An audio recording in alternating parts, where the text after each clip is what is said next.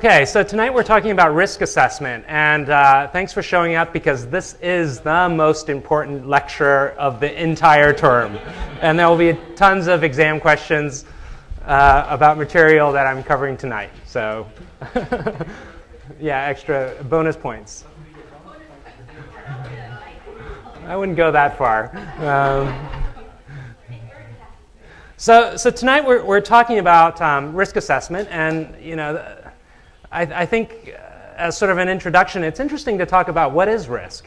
And risk assessment is something that sort of goes beyond just environmental health. Risk assessment is applied to all sorts of different types of things that we consider within society that could cause risk, and we might want to do some proactive planning and consideration of what is the risk, and can we quantify it, and how do we act given that there's some risk to us. And so risk could be health risks, but risk could be other things, financial risks, other sorts of things.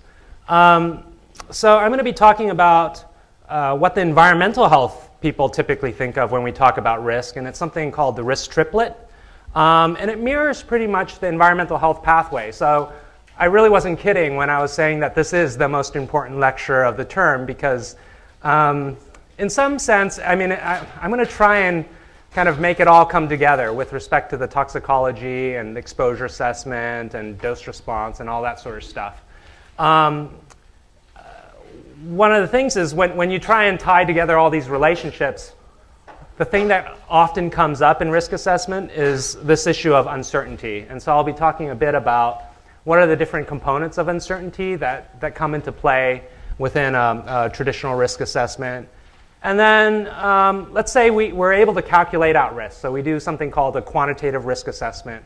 How do you evaluate numbers? There's going to be things like 1 in 10,000 or 1 in a million chance of having some bad thing happen to you.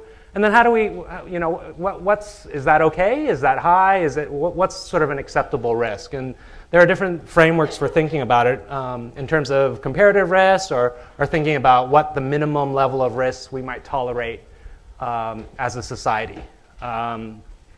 What goes hand in hand with that is something called the precautionary principle.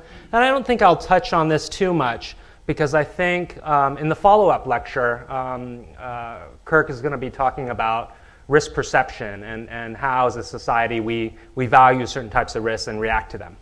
So this is kind of a two-part lecture, actually. Risk assessment followed up with risk perception.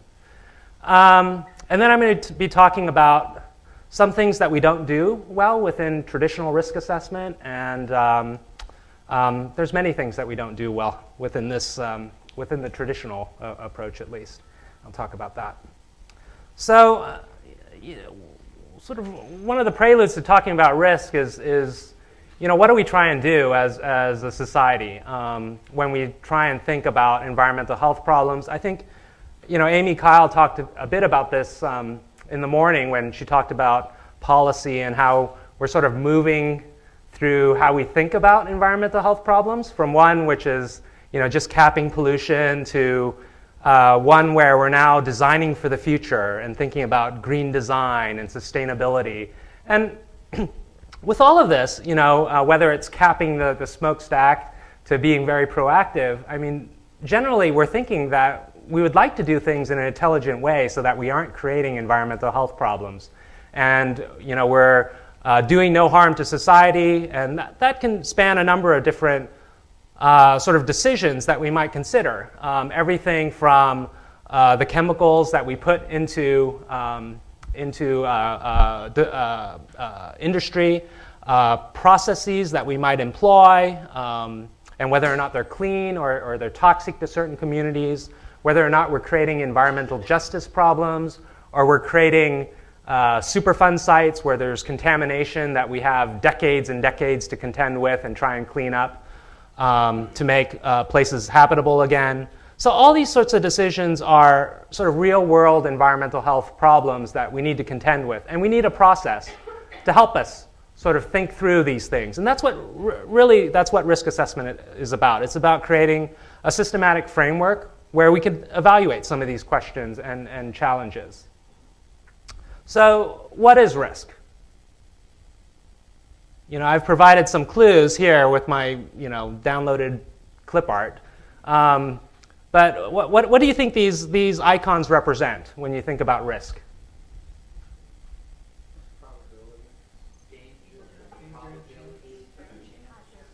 Yeah. Good. So a lot of great answers. So probability, because what? There's the dice there. So risk is a game of chance. When we calculate risk, it doesn't mean for sure something bad is going to happen to us, but there's a chance of it happening to us. And so a component of risk is figuring out what that chance is. It deals with probability. It deals with statistics. What do these things denote? Hazard, bad things, right? So risk typically connotates something that is adverse. We want to avoid risks in society. And so these sorts of notions are sort of encapsulated when we think about risk. Risk isn't about fate. It's about chance. So we're dealing with probabilities. There's a conceptual basis for risks. We try and avoid them. They're functions of what we know, trust, and perceive. And so, this issue of risk perception is a big deal because what might be risky to one person may not be so risky to another because of how they think, how they're things they've experienced within their life. And so there's a subjective aspect to risk as well. Oftentimes when we deal with risk, we deal with relativistic ideas. One type of thing may be more risky than another type of thing. And so even if we aren't able to put hard, fast numbers to things, sometimes we generally have an understanding that, we perceive this risk to be worse than another. And so, with a risk assessment process, generally we're trying to summarize the evidence, what we know, trust, and perceive, into a scientific framework. And what we're trying to do is we're trying to characterize risks, oftentimes quantitatively. And then health risks are a measure of the chance that health problems will occur for a specified population. And so typically in a risk assessment process, we're trying to be very specific about these sorts of things. What population we're dealing with, the kind of exposures that they might be encountering, and then specifically for those situations, can we quantify risk? Question? Yeah, on your first bullet point of the risk versus fate, how are those different? So the way that I think of them as being different is I think of fate as, bad things for sure will happen. Given that there is some level of pollutant out there, people live in a particular community, can we say for certain that, it's fated that, 5 people will die in this community? Risk assessments typically aren't able to tell you that, for sure this is the number that we expect to be ill or die as a result of exposure, but they're typically expressed in terms of probabilities. Maybe 1 in 100 may die, or 1 in a million may die. But does that mean definitely one person in a million is going to die? Maybe, maybe not. So typically within risk assessment, there are a lot of uncertainties around statements like that. Okay, so that's what I'm trying to get at with the risk versus fate idea. Is that clear? Well, we'll keep going, and if it still is unclear, we'll revisit it. Okay. So I mentioned earlier, risk assessment aims to inform a number of different policy decisions that we experience within society. Who performs risk assessments? Amy mentioned that risk assessment was sort of kind of an environmental health technology developed in the 80s. And so, perhaps you came away from Amy's lecture thinking that, well, risk assessment is kind of an outdated process. It's 30 years old. We aren't really doing that anymore. Well, it turns out that, risk assessment really is a major tool for an agency like the EPA.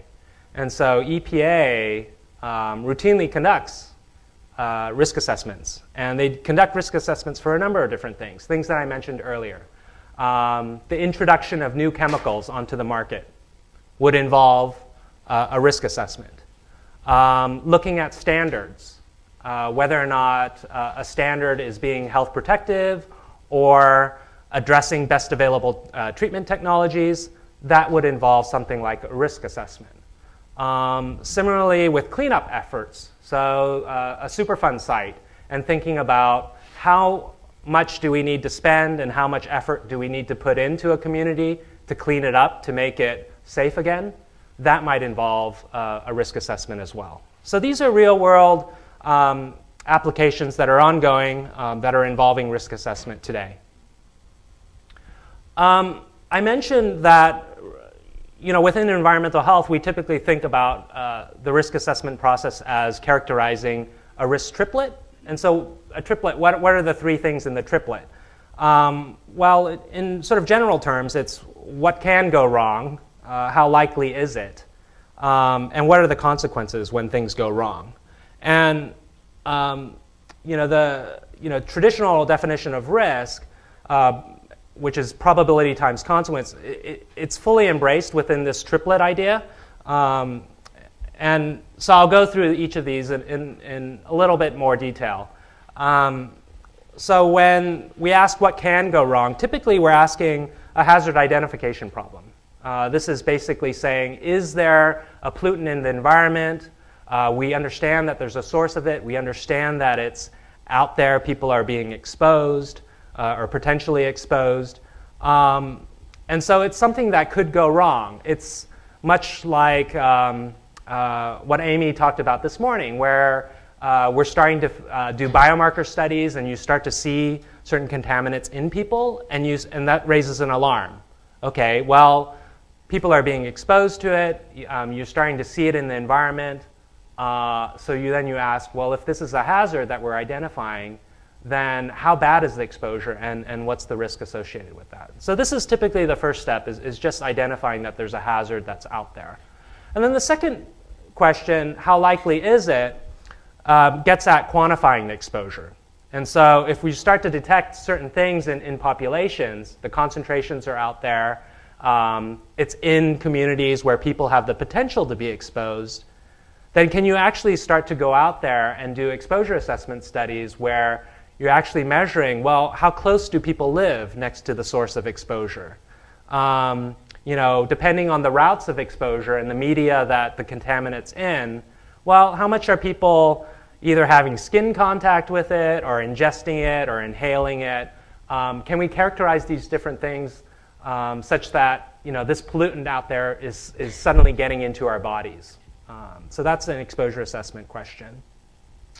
And then in terms of asking what the consequences of these exposures are, that's getting at dose response. And so given that we know that some person has it more than another person, some people are exposed more than others, what can we say about those differences in exposures?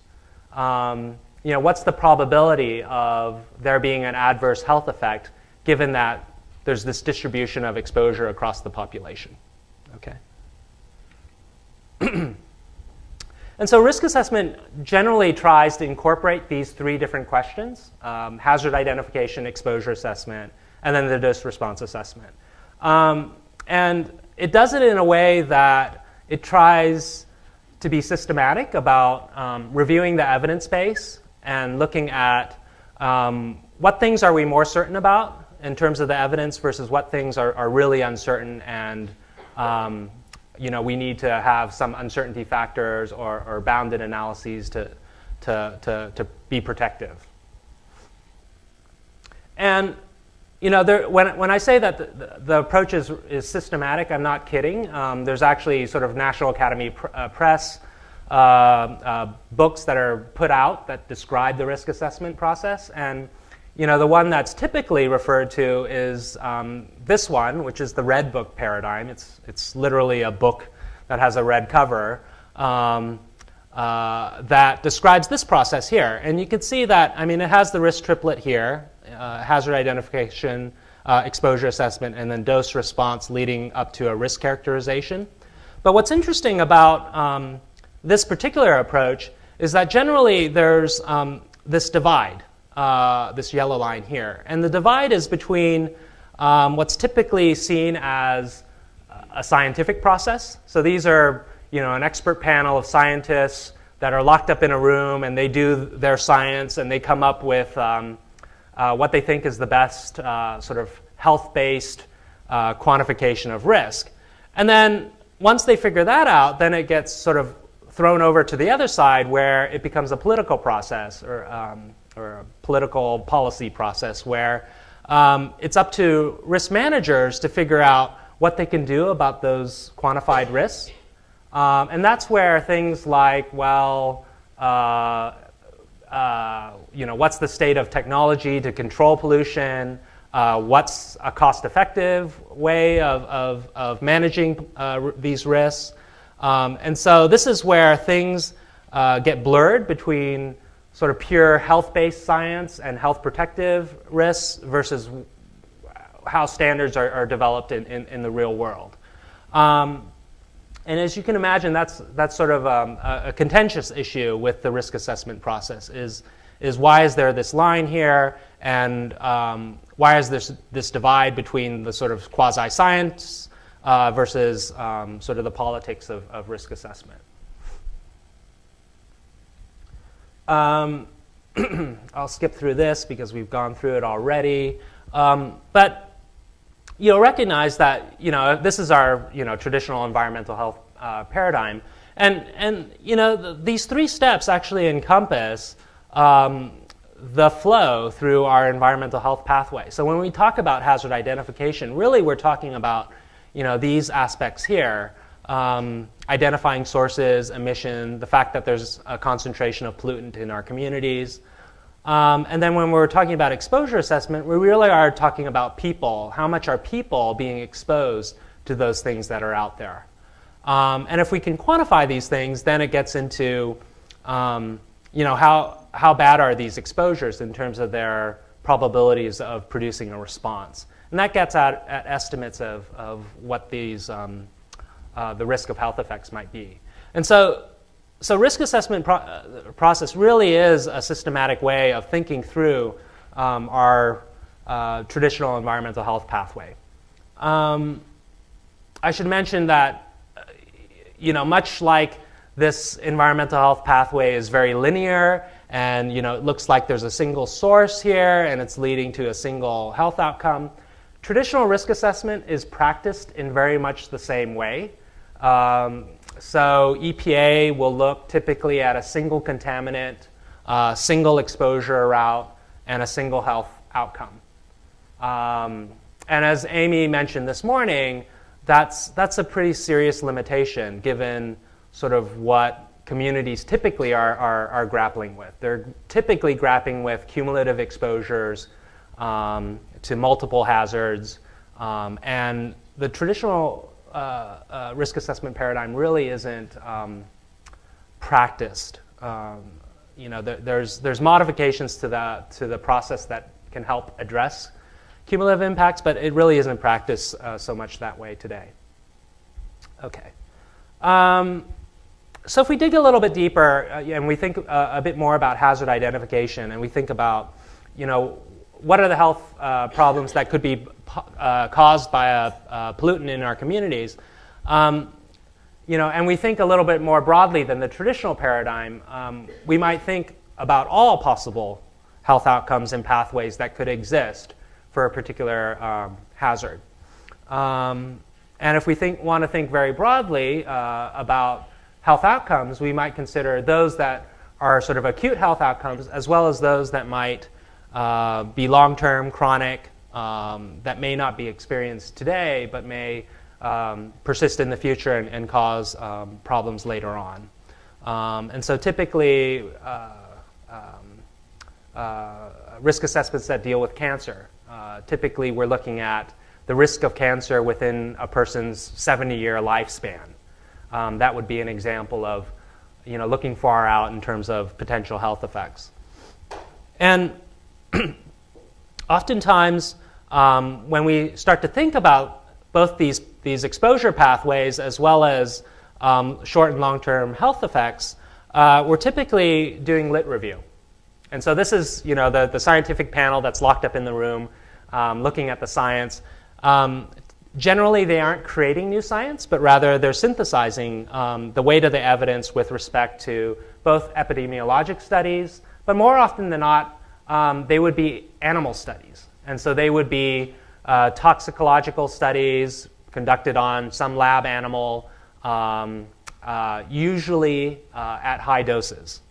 And so that creates a lot of uncertainty, right? Because humans don't necessarily behave like lab rats. And so typically when there are findings that show some toxicological effect in animals, there needs to be some adjustment factor to account for this extrapolation from animal data to humans. And so typically you'll see things like a factor of 10 thrown in there to be sort of adjusting for that uncertainty to be more protective for humans. It's sort of a just-in-case uncertainty factor that's thrown into these risk assessments. But there's a reason why we use animal data. Oftentimes there are ethical considerations. You'll see some work later on in the examples that I show where I show dose-response relationships for these waterborne pathogens. And what you'll find is that when you look at the literature review for dose-response relationships for these waterborne pathogens, these are things like Cryptosporidium, Giardia, E. coli. You won't find anything in the recent literature because by and large these studies have been deemed unethical. And so you have to look way back in the old literature from the 50s, 60s, 70s, where you'll still see these crazy studies where they fed prisoners doses of pathogens to see if they would get sick. And so generally I think those would be considered coercive and unethical studies by today's standards. But yeah, nevertheless we have those data to use in these sorts of studies. Okay. With respect to exposure assessment, how much of the pollutant do people inhale, ingest, or in other ways are exposed to? Generally, we're talking about a specific exposure period.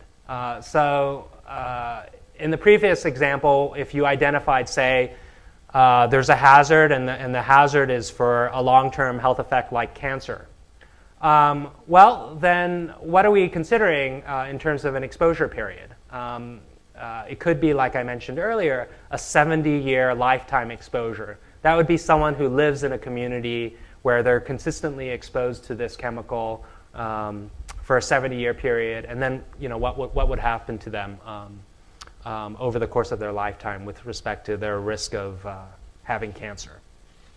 So we're estimating a dose over that entire time period, and we're trying to figure out exposure through a number of different ways. And there's all sorts of either more crude methods to estimate exposure to very sophisticated methods. And I'll show examples of things that look at everything from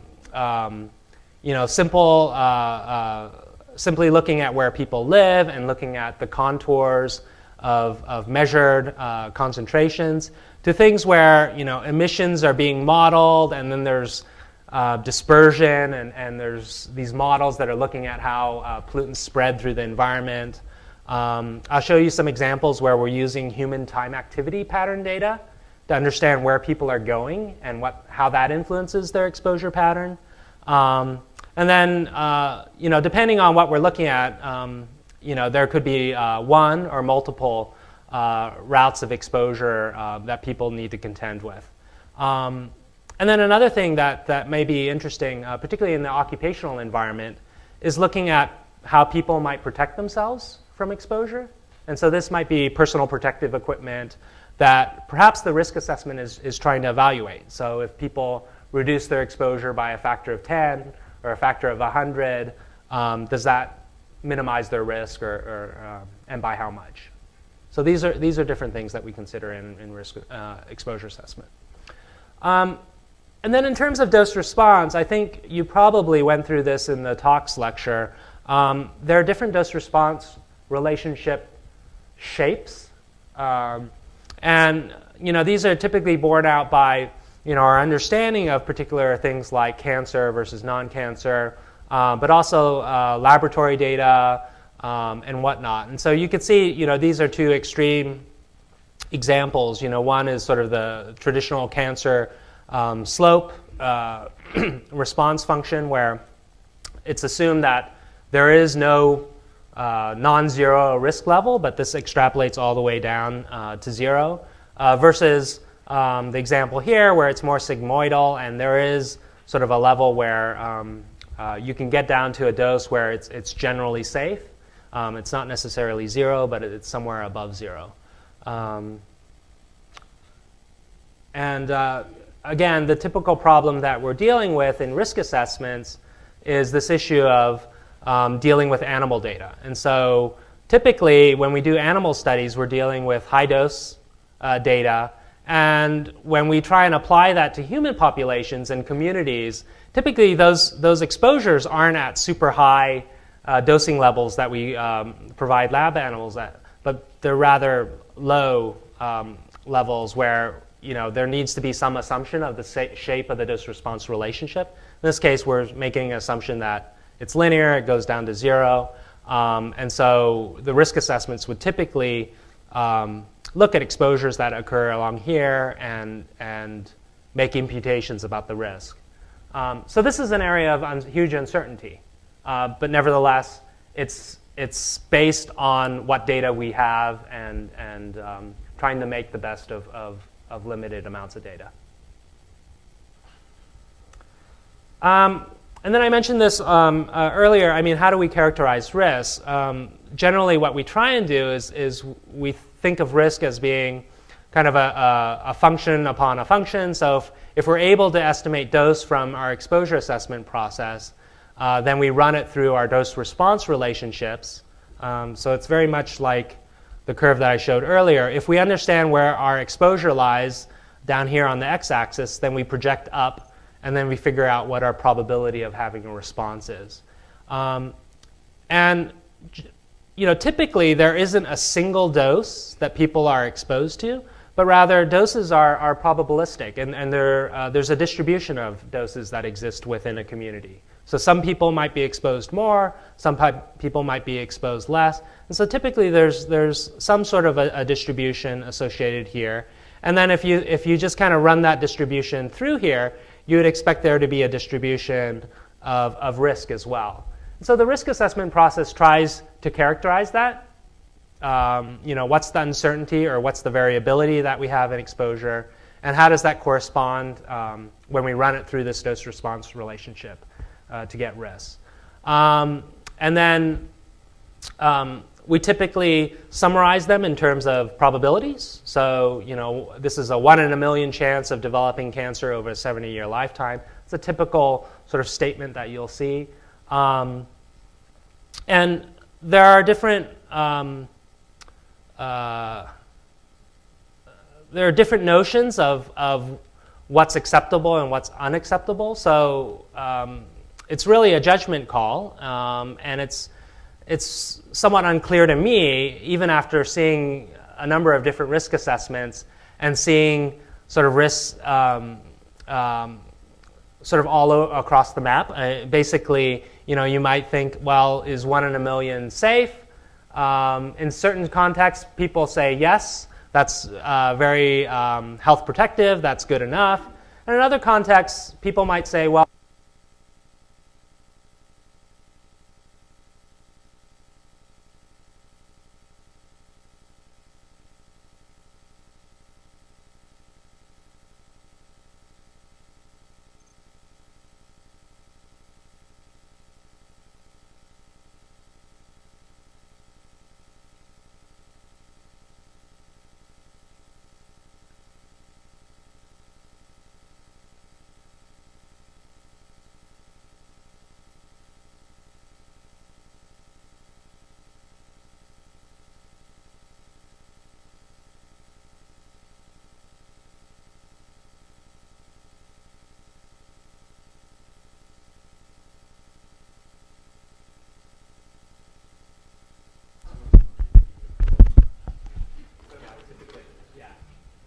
so that's part of the dose factorization. So if something is persistent within someone's body, yeah, that's considered.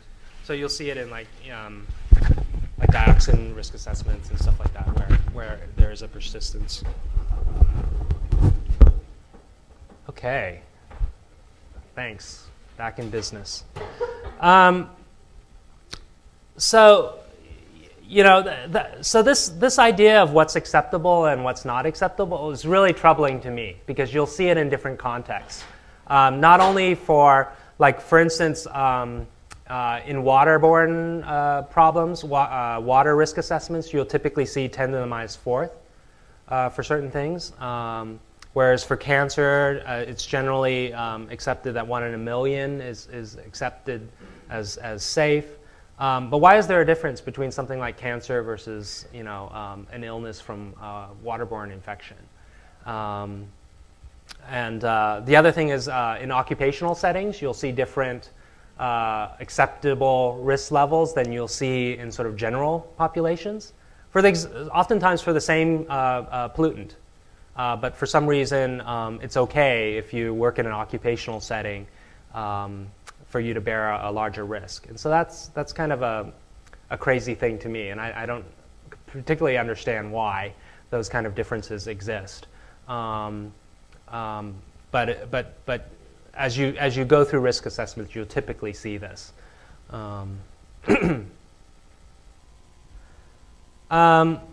There are a number of different forms of uncertainty. Oftentimes there's just a lack of information. And then just because there isn't information doesn't mean that the risk assessment process stops. Reasonable assumptions need to be made, and then typically they try and move forward. I mentioned earlier, big assumptions on animal to human data. With certain types of risk assessments, we actually have good human data. You remember Dr. Jarrett's lecture where he talked about air pollution and the different air pollution studies that have been conducted in different cities. And we actually know quite a bit about air pollution risk because large-scale air pollution epi-studies have been done. So air pollution risk assessment is actually one of those things where it's informed by human data really well. Oftentimes we're relying on models, and I'll show examples of these later on. And the models can be models that get at any of these different aspects. Dose-response modeling, to exposure modeling, to looking at the spread of contaminants in the environment, sort of so-called fate and transport type models. And there's uncertainty with those things. They're models. They're not the real world. And so how do we deal with uncertainty? Well, there's a number of different ways. I mentioned earlier, or I tried to show with my pointer, that oftentimes we use distributions, and we try and model the uncertainty with distributions. And so typically we aren't talking about a single static risk number, but a distribution of risks. And so we'll often talk about what the median risk is, the mean risk, maybe the 95% confidence interval on risk. And these are different statistics on the distribution of risks that we try and express so that we can understand when we start to compare different types of risks, we understand how broad the uncertainty is, as well as when we try and manage, are we managing for a large proportion of the population, or are we managing for the tail of the population? And as we know from the recent events, tail effects are problematic. Okay. Sometimes we do bounded analyses, and so if we look at the evidence and we have some understanding of what the min and the max range of certain things are, so like we're seeing maximum concentrations of this level and minimum concentrations of this level. Sometimes in the absence of having fully well-characterized distributions, we could just run two different types of analyses where we look at what the max risk is and compare it to the minimum risk. And so that can be helpful in some cases as well. Oftentimes, you'll see that we make conservative assumptions in the absence of good data. We see it with respect to the animal stuff, and so I mentioned earlier that we multiply in a factor of 10. So whatever you calculate for animals, well, just put a safety factor of 10 in because humans aren't animals. And so you see things like that. So what's wrong with risk assessment? I mentioned that dividing line, this divide between science, where the folks that are locked up in the room really shouldn't be tainted by what the public is saying and what industry is saying about what's acceptable and what's not acceptable. They're purely looking at the scientific evidence versus risk management, which is sort of dealing with public-private interests, cost-benefit trade-offs, and what can be regulated and well enforced. And the issue is whether or not these things really are divided. Should there be this hard, fast line? And it's interesting. This is something that I found on the internet. Basically saying that risk assessment tries to be scientific, but it's not true science. Science is typically about generating new empirical data, whereas risk assessment really is not about generating data, but using what oftentimes is limited empirical data from existing studies. Science tries to be fully documenting, and typically, risk assessments are somewhat incomplete in their documentation. It's oftentimes assumptions are made, and it's not entirely clear why certain assumptions are made. Acceptable risk is one of those things that I've always been troubled with. Science tries to report heterogeneities. We try and look at covariates and how covariates affect risk. And typically, those sorts of things are blurred out within risk assessments. They typically don't try and be very detailed about kind of differences within population. Those make for very difficult risk assessments. So for instance, looking at immunocompromised population, children versus adults, all of these things add complexity into risk assessments. Those are real-world problems, but typically they're hard to address within getting risk assessments done in a timely fashion. Risk assessments typically aren't peer-reviewed. Generally, there is public commentary, and so this isn't completely the case. But nevertheless, when Amy talks about the process of doing environmental health policy, one of the things that she didn't talk about is the time frame over which a lot of those policies are generated. And something like the ozone standard is a good example of that, where you've got two presidential terms where new science was coming out on what ozone standards should be, and two presidential terms elapsed, new science has been presented, and yet the decision is sort of not well accepted within the executive branch. And so you can imagine that processes like peer review and more public debate sort of add to the timeline and create problems for things like risk assessment. I'm not saying that any of this is right or wrong. I'm just saying that typically this is how things are within the risk assessment practice. Okay.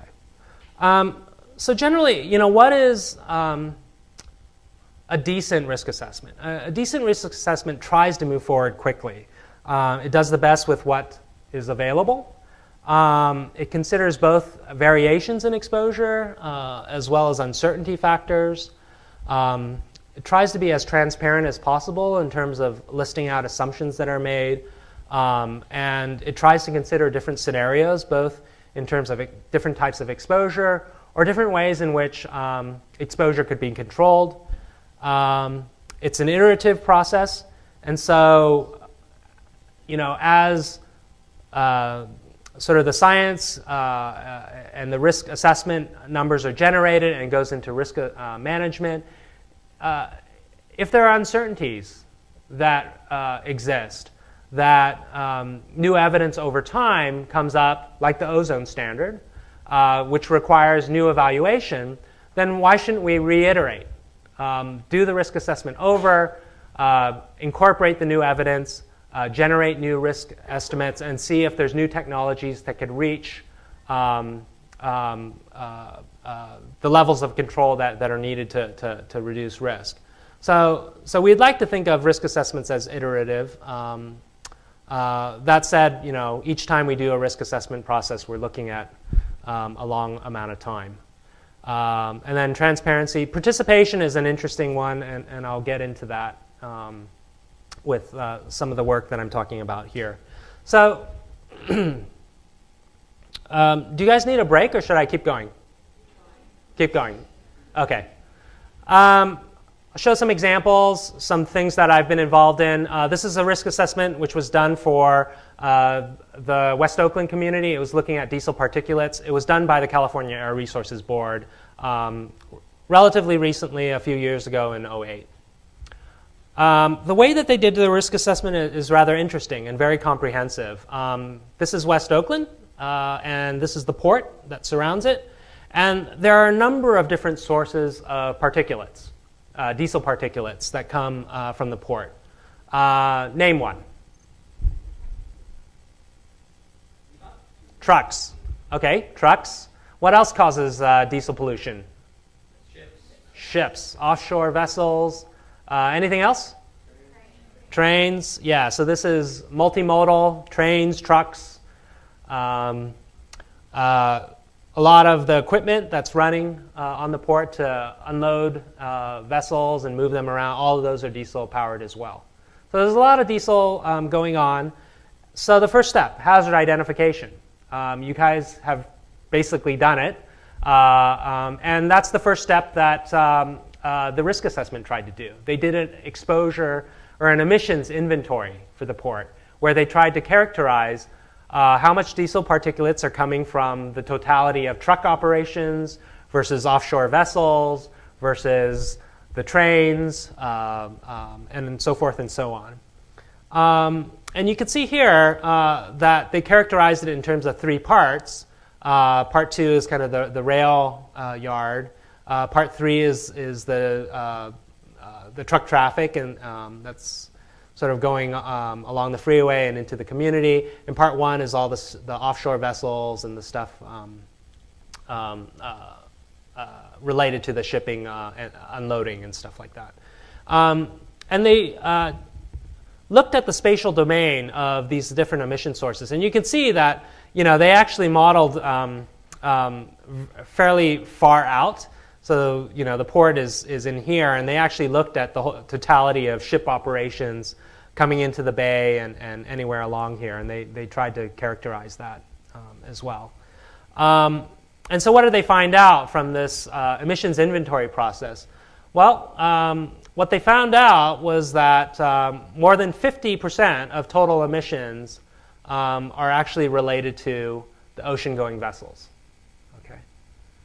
And so from this table, you would think that, okay, well, that's the problem, right? Are we done with our risk assessment? If we just kind of characterize our hazard, we know that, we need to control the ships because they're emitting the most diesel particulates. What's wrong with that? People are not by the ship. Yeah. So, I mean, they showed this, right? I mean, they're looking at ships way out here, right? And then they're looking at the risk to the West Oakland community. Well, yeah, so what if they're emitting a lot of pollutants out here? I mean, it may be affecting seagulls and whatnot, seals, but which are important, sure. But if we're interested in human health, as particularly of West Oakland, I don't want to offend the seagull lovers of the world. Clearly, the kind of emissions that are right up here, the things that are kind of, up close to the population, those are probably more important. And in fact, they actually go through the full exercise where now they're looking at wind patterns and where pollutants get carried. And they actually do this modeling exercise where they do two types of risk assessments. They look at both cancer risk as well as non-cancer risk. And there are a number of relationships that they have from the different air pollution studies that they can rely on to do this. And what they end up with is generating risk contours. So this is their risk contours for cancer for the community. And once they actually start overlaying census data on top of this to figure out where people live, they get a very different picture. And this is the picture that they end up with. That in terms of percent contribution to risk, it's the trucks and not the offshore vessels, right? And again, it's exactly what you guys said. You know, the trucks are up close to the population, and these are the things that are running through the community and causing problems. And so this is an example of intake fraction. Did we talk about that earlier? Yeah. So just because you know, there's a pollutant out there, you know, if no one's exposed to it, it doesn't matter so much for health consequences. But here's an example where they clearly found that, you know, it's not so much as it is where it is and who's exposed. And in this case, it's the trucks. Okay. And that's interesting for policy. And so they go further and talk about sort of the risk management issue. And they talk about policies that are slated to be adopted within California that might address the diesel particulate problem. And what they find is that, you know, really, you know, we're not even talking about uncontrolled things, but if we're just talking about sort of anticipated and things that have been adopted for diesel particulate reductions, you sort of look at this curve here, moving out into the future, and what you find is a really unsatisfactory level of remaining risk. And so, you know, you still end up with, you know, this is a reasonably high level of particulate emissions, and they went through and they looked at the risk associated even with these emission levels, and it's still rather appalling. So CARB's risk assessment actually argues for better regulation of diesel emissions. We need better policies to do that if we're to protect these port communities. Let me talk about another example, something that I was involved in. This is something that's somewhat related to climate. This is a risk assessment that I did for East Bay Mud. East Bay Muds are the water district for our area. And they have a wastewater treatment plant. It's by the Bay Bridge. And this is a photo of it. And what they do is they treat wastewater, and then they discharge it out into the bay. And they have an outfall which is close to Treasure Island. So there's a long pipe that goes underneath the Bay Bridge, and they release it out about there. But they treat it first. And the problem that they have is capacity. Under normal operating conditions, they've got enough storage, they've got enough treatment capacity where they can treat well enough before they release. But what happens is on really rainy days, they got a lot of infiltration into the sewage system. So leaky pipes, and they leak the wrong way. They end up with having a lot more flows coming into their treatment plant. And then they can't store it all, and they can't treat it all fast enough. And so they employ this practice called blending. It's basically dilution. And so they take somewhat clean water, and they blend it in to the wastewater to try and dilute it out, and then release it. And it's kind of a stopgap measure to prevent their plant from just completely failing and going into catastrophe where you've got sewage overflows and all that sorts of things. And so a lot of agencies increasingly, because of their lack of capacity and their inability to deal with extreme weather events, are employing this blending process. So they wanted to know, what's the risk of this? Are people actually getting sick because we're not treating to full capacity, but rather we're blending and then releasing out? So this sort of illustrates a bit about sort of some of the problems that we're dealing with. I pulled some of the climate data for the Bay Area, and I looked at, you know, how these sort of extreme weather events are progressing throughout time. And you can see, ever since the 1920s going into modern times, you can see that, you know, you start to get these blips where There's increasingly large amounts of rainfall that are occurring. Whether or not this is climate change driven or whatnot, this nevertheless seems to be the climate record for the Bay Area. So it's suggestive that this is becoming, it's going to become an increasing issue for the water districts around here. This is exactly what I described. The wastewater treatment plant is over here, and then the outfall is here. And what we did in this study was we tried to look at some different exposure scenarios for the Bay. And the exposure scenarios that we looked at were, what if people are out recreating during the time of these blending events? So let's say they're out on some popular beaches. So, I live on Alameda, and this is, Crown Beach. This is, my local beach.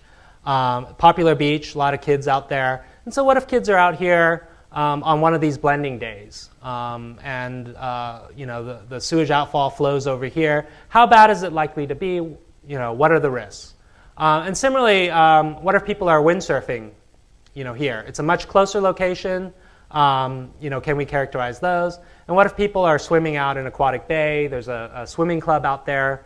That's another potential site of exposure. And so we use these as three alternative exposure scenarios. Some sophisticated modeling took place where I didn't do this, but rather hydrologists did this. They figured out what the concentrations would be during outfall events, and they looked at specific tidal patterns and whatnot, and modeled out concentrations at each of the exposure sites. And then we used some dose-response relationships. So if we know what the concentrations are at the beaches, what we did was, we looked at the concentrations, and we used dose-response functions that were generated from these old prisoner studies that I mentioned, these studies where prisoners were actually fed cysts of Giardia and whatnot to see what their probability of becoming infected would be.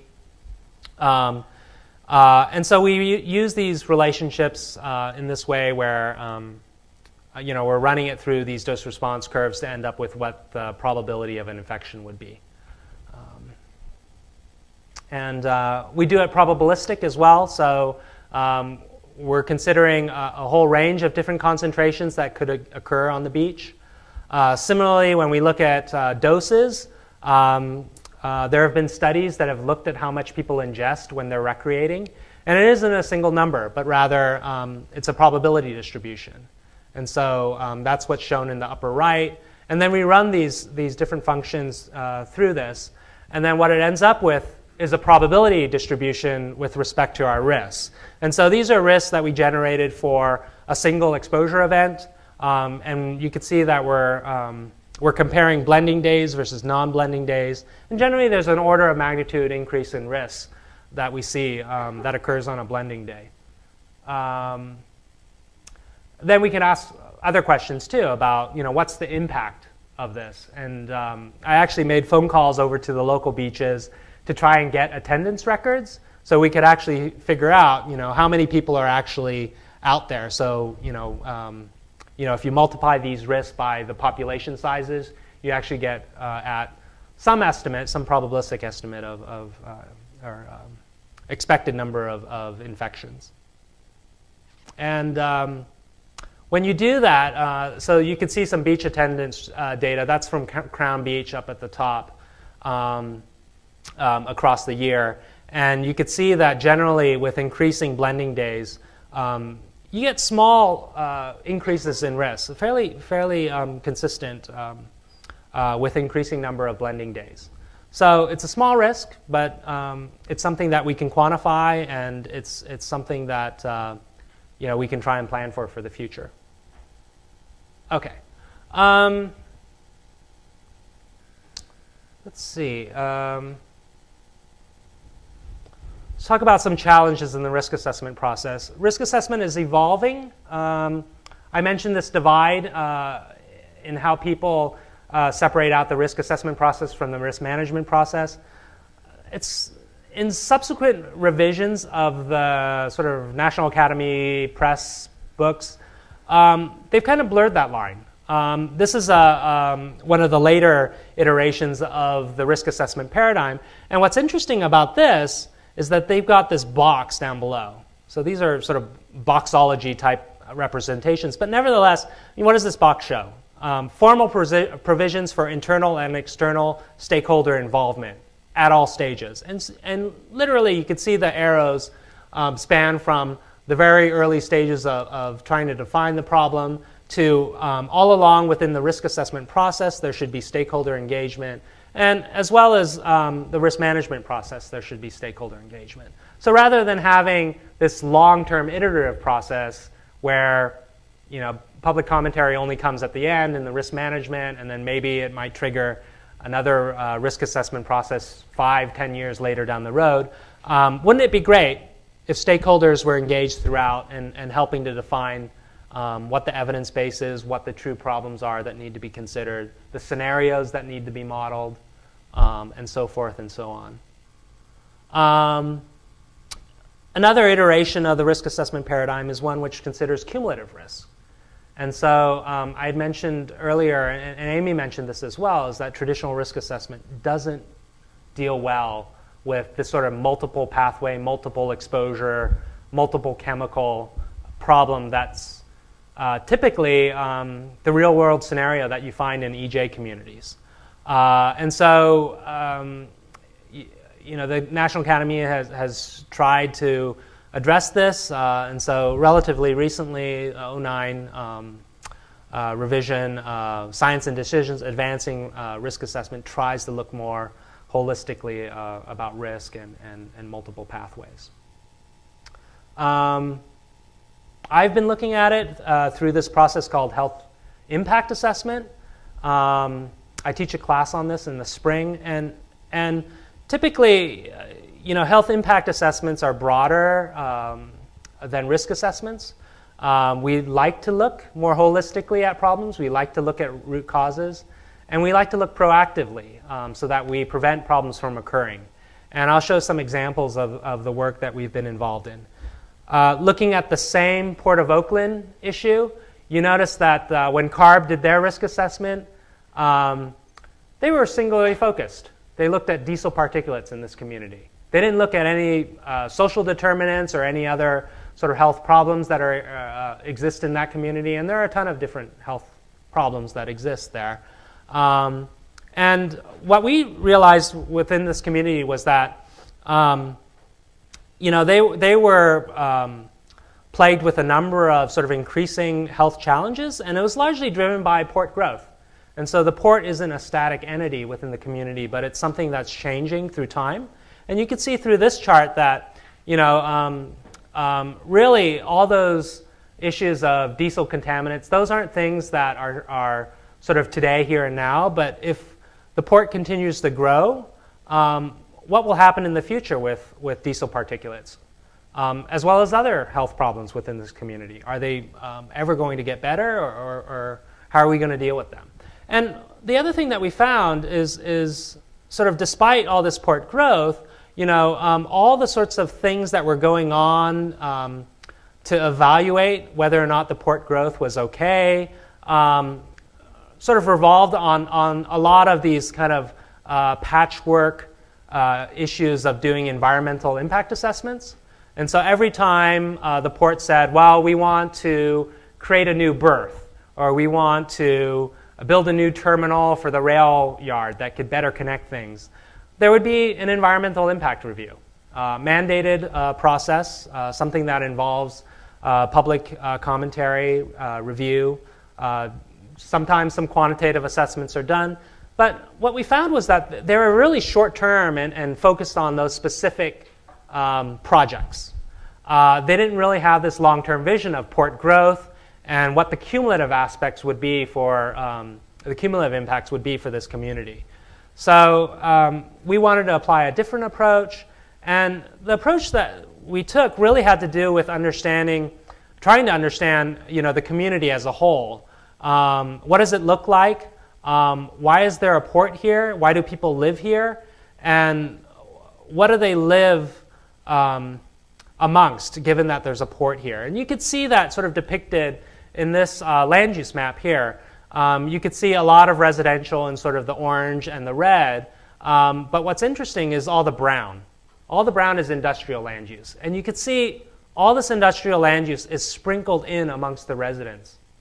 And it isn't a coincidence that all this industrial land use is here, but this industry is here because the port's here, right?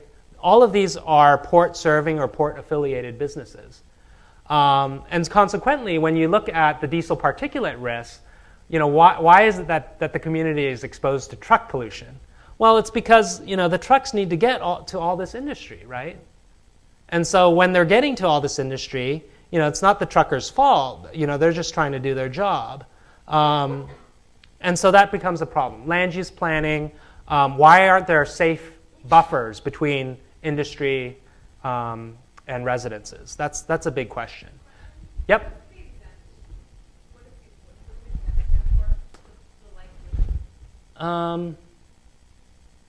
You know what? I don't know. Exempt.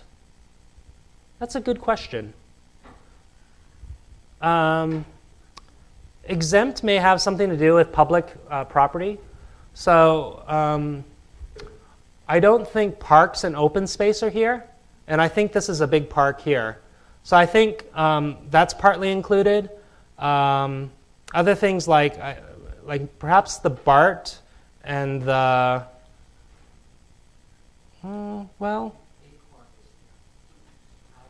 this may be. I think it's exempt from City of Oakland Planning Department's jurisdiction. Yeah, that's a good. I'm thinking that it may be exempt from tax purposes, and so maybe exempt from the planning. But why do people do parcel maps? It's for taxation purposes, so it may be a tax exempt type parcel. And so yeah, open space would be exempt, but also public lands would be exempt as well. So one of the ways that we tried to look at it from a more cumulative standpoint was to think about how port growth actually triggers a number of different things within the community. Transportation issues, and transportation issues isn't just diesel particulates, which is one pathway, but there are also other health impacts associated with transportation that's running through people's community.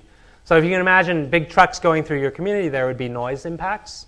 There might be pedestrian environmental quality things, so like truck accidents, trucks running over kids. There are other things too, labor opportunities. And so given that there's a port here, maybe there are some positive aspects to health. Maybe it isn't all negative, but maybe having the port grow may actually provide jobs to people in this community. And so that might be a good thing that we could consider for health. And then land use issues. And so why is the port here? And as it grows, what might we expect to see with respect to industrial land use in the area? And how does it affect things like retail and healthy land use for populations that are living in West Oakland? And you can see some examples of assessments that we did. This is a noise assessment that we did. So, we saw that CARB had already done air quality. So how do we add to the body of knowledge? Well, let's do a noise assessment using similar data that they had. Using the similar traffic data that they have, let's look at pedestrian injuries. And what we did was we downloaded all the pedestrian injury data. These are student analyses, by the way. And so this was a class project from the Health Impact Assessment class. And so students did these things. They downloaded accident data from the SWITRS database. They tried to quantify the costs associated with injuries. And lo and behold, rather interesting finding, they found quite a bit higher injury, both fatal injuries as well as non-fatal injuries within West Oakland compared to the Oakland City as well as compared to the county. And so this was a rather striking finding. And look at the kind of injuries that they're looking at. They're pedestrian versus truck collisions. So they're exactly the kind of problems that you would suspect for a place like West Oakland. So again, it's not just the diesel particulates, but if trucks are running over people, that's a bad thing. Trying to come up with proactive ways of planning for how trucks could be mitigated. And so a team of students went out and actually did an environmental quality survey, field work. So they would go out block by block, noticing where trucks were parked in the community, whether or not they were adhering to truck routes, and these sorts of things, and looking at the pedestrian safety issues. And so they would look to see whether or not crosswalks were complete, whether or not there would be speed bumps, and so forth and so on. Places where there would be some opportunities to introduce health-promoting facilities into the community. And the same thing for retail, looking at what type of retail is healthy for the community versus what types of things might not be so good with respect to healthy eating or other types of health problems. And they looked at some different foci within the community to try and characterize retail completeness. And so you could see here that they're looking across a number of different retail assets, characterizing are they available, not available for this part of the neighborhood. And here you could see kind of the summary measure down below, the percentage completeness, about 53% for that particular area. So those are the kind of tools that we're applying to try and have a more complete view of risk. Health impact assessment is actually being applied much broader than environmental health problems. And probably, given that there's traditional risk assessment for much of the sort of simpler environmental health issues, really where we're finding the biggest bang for the buck with respect to health impact assessment practice has been applying it outside of environmental health. And these are things like looking at social policies, things like taxation, labor policies, things like agricultural policies. And all of these things are coming on the board, if not already exist with case studies. Very quickly, I wasn't originally going to prepare this, but Kirk kept mentioning that I was going to talk about schistosomiasis. So I thought I would throw it in here really quickly. Schistosomiasis is a parasitic disease. I'm looking at it in China. We're using something like a risk assessment process to look at it, and I'll describe it. So you get schistosomiasis through contacting contaminated water. You don't ingest it. And so if you're working in a field where there's the parasite, just simply touching the water and having dermal exposure, you might become infected. So the parasite will actually burrow through your skin. So for endemic environments, it's almost for certain that you'll get it. And you'll get reinfected with it over and over again because you don't develop immunity. So you could be treated for it 1 year, and then you could become reinfected. And so it's a chronic disease in that respect. And it's one of those diseases that the burden is generally underappreciated because it doesn't kill you outright. It's hard to actually quantify the burden because you don't have people dying directly of schistosomiasis, but you have a number of chronic effects that result from anemia, having a huge number of worms within your gut. So one of the challenges that we're dealing with and the questions that we're asking with respect to the risk assessment process is how do we control this, given that it's one of these recurring chronic diseases, reinfection is very common. How do we actually go beyond control to actually eliminating the disease? And that's something that's realistic for China because there is treatment. China has invested a lot of money in providing access to treatment to people. And actually, if you're infected with this in China, treatment is free. And there's typically a local control station that exists in your community. All endemic counties have a control station where they'll provide free treatment and diagnosis. And so given that those kind of resources exist, can we actually reach control and then subsequently reach elimination? And that's something that we're trying to do. And it's not entirely clear that can be achieved because we've seen that even though this availability of treatment has been around for a while now, And we've seen actually that the level of infection in communities has dropped dramatically now that the drug is available and people have access to it. It still hasn't gone to elimination. It's gone very close, and so a number of places that have reached control have actually kind of stayed at very low levels of transmission, only to come back. So you give it 5 years, 10 years, and suddenly there'll be a resurgence of transmission again. And so just when you think you're getting close to elimination, you aren't there, it'll come back. And so that's a problem that we're seeing. And in the place that we've been working, we've been approaching it from a combination of doing field epidemiology, as well as linking that evidence that we collect through all the field epidemiology to models which are very much like risk assessment models, where we're trying to estimate out what the risk is over time, and if we do different types of things to control, whether it's providing more treatment or doing better sanitation, getting rid of the parasite in waterways, whatever, what is the right combination that we need in order to get control and then get elimination. This is an example of the sort of environment that we're working with. It's agricultural. And so people are doing their regular daily chores and becoming infected through that.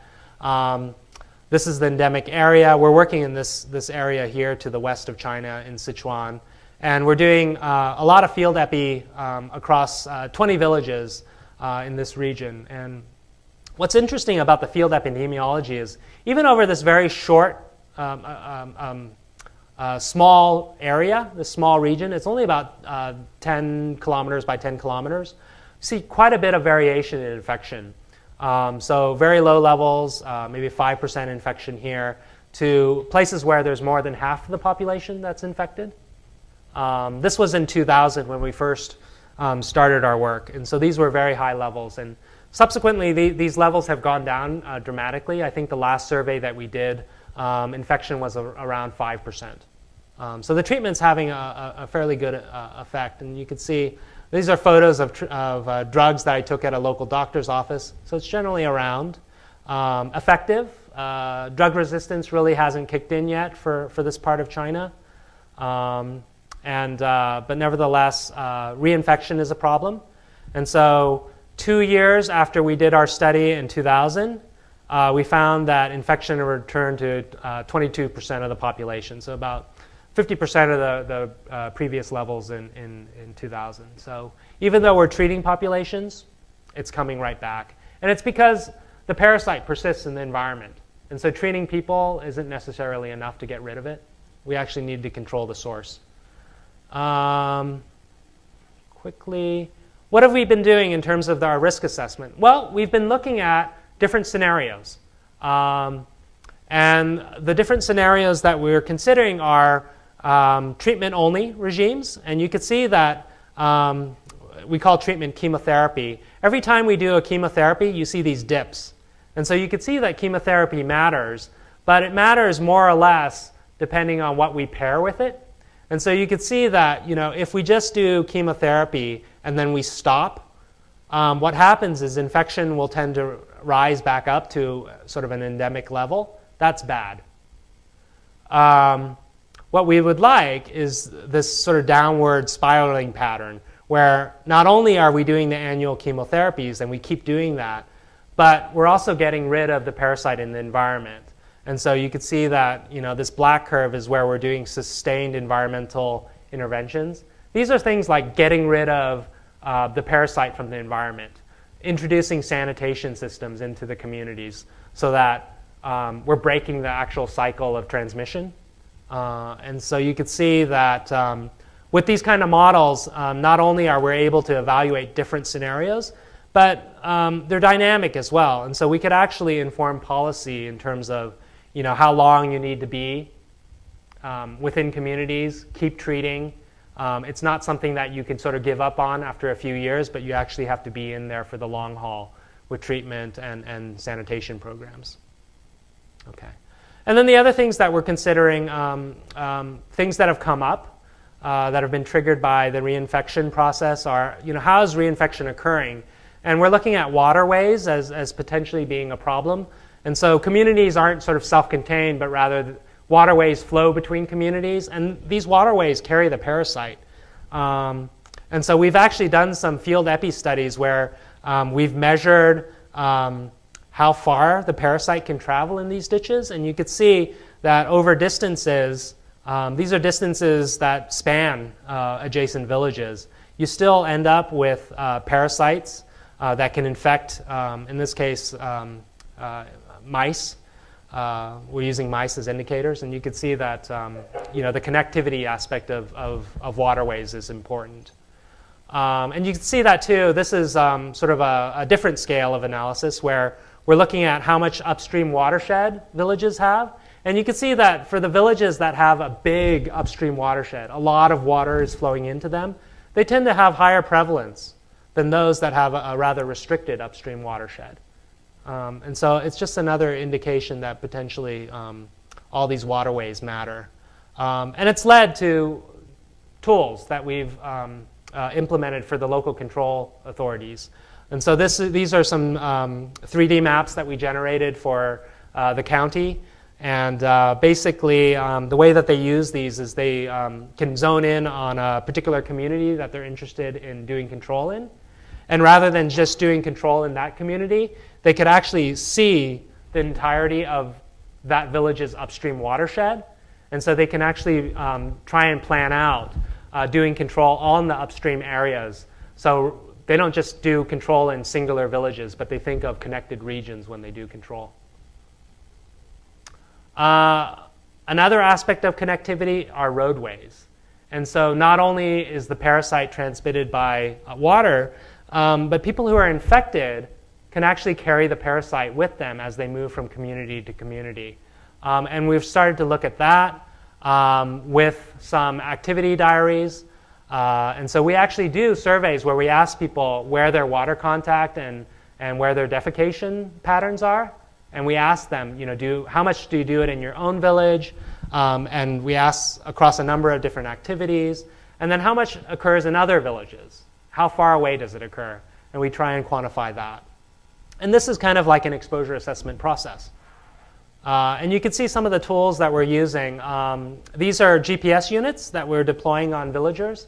And so we actually, for a subset of our villagers, we track them and we try and model out the distance in which they move and how roadways and other networks might constrain their mobility patterns. And we get really interesting data out of this. And so, this is a pattern from one person.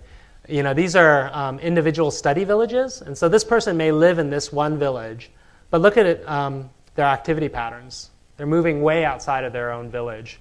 And so these are interesting. And then when you map, this is 60-some people that we've done mobility studies. And you can see, again, the sort of spatial extent of people's mobility patterns, which really kind of creates some challenges for how we model out the risk.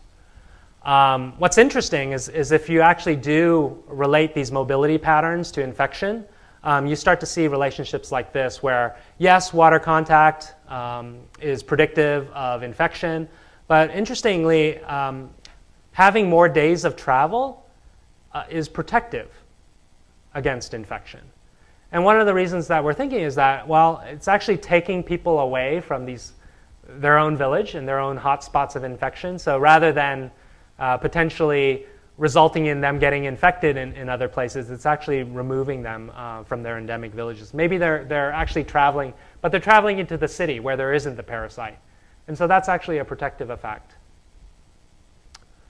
All of this sort of connectivity is leading into these new paradigms for how we model out risk.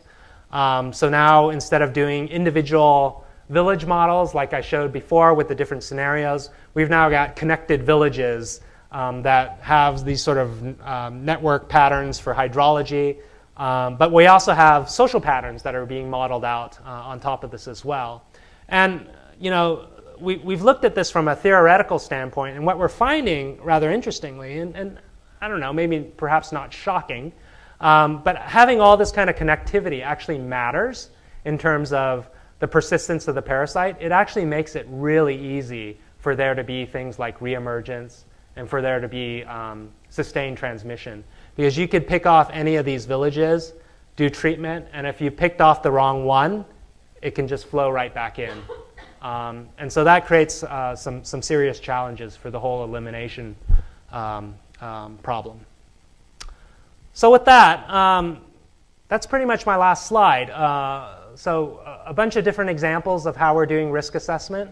Some within the domestic context with traditional things like air pollution, water, sort of emerging risk with the EB mud example, and then something in the developing world country, not exactly developing world, but nevertheless China and the parasitic disease world.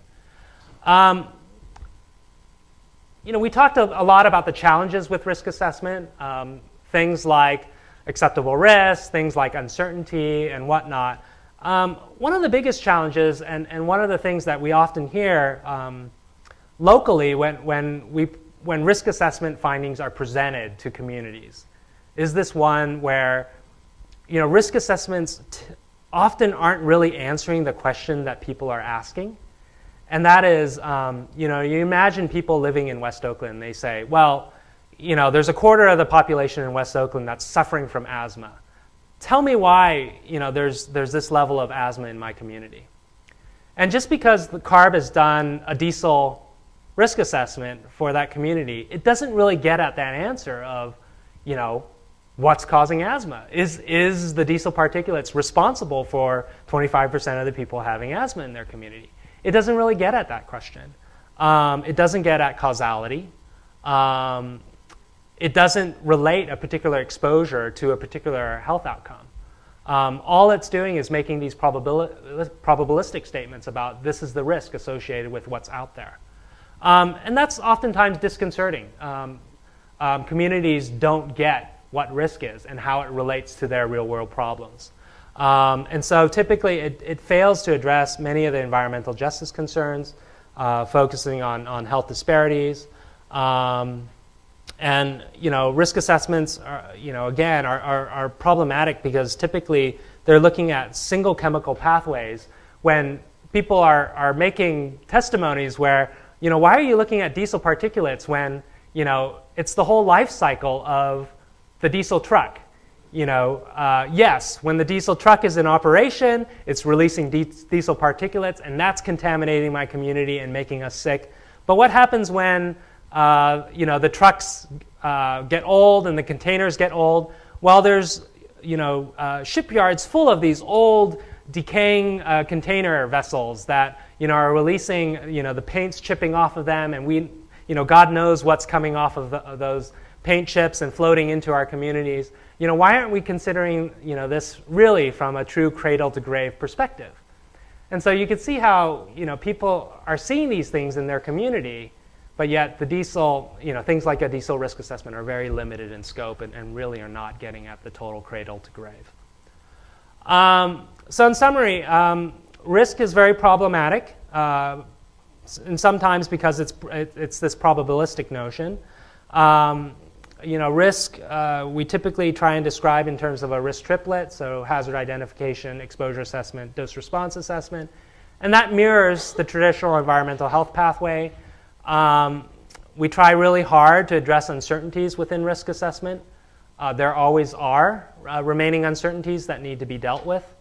And there's different ways that we try and characterize risk, everything from looking at different ways of perceiving risk and trying to understand them in terms of comparative risk, to trying to characterize what's an acceptable risk for population based on either what's available technology-wise or what's cost-effective. Probably Kirk will talk a bit more. I didn't mention too much about a precautionary principle, but this gets into this idea that given that there's uncertainty, can we still take action in a way that's best protective of populations today, regardless of uncertainty? Let's not be paralyzed by the lack of information, but actually make health protective policies. And then this issue of the problems of dealing with cumulative risk. And I showed some examples where, at least within the health impact assessment, we're trying to push the envelope a little bit on that front. So with that, are there any questions? Are we ready for turkey? Okay. So everyone, safe travels and enjoy the holiday.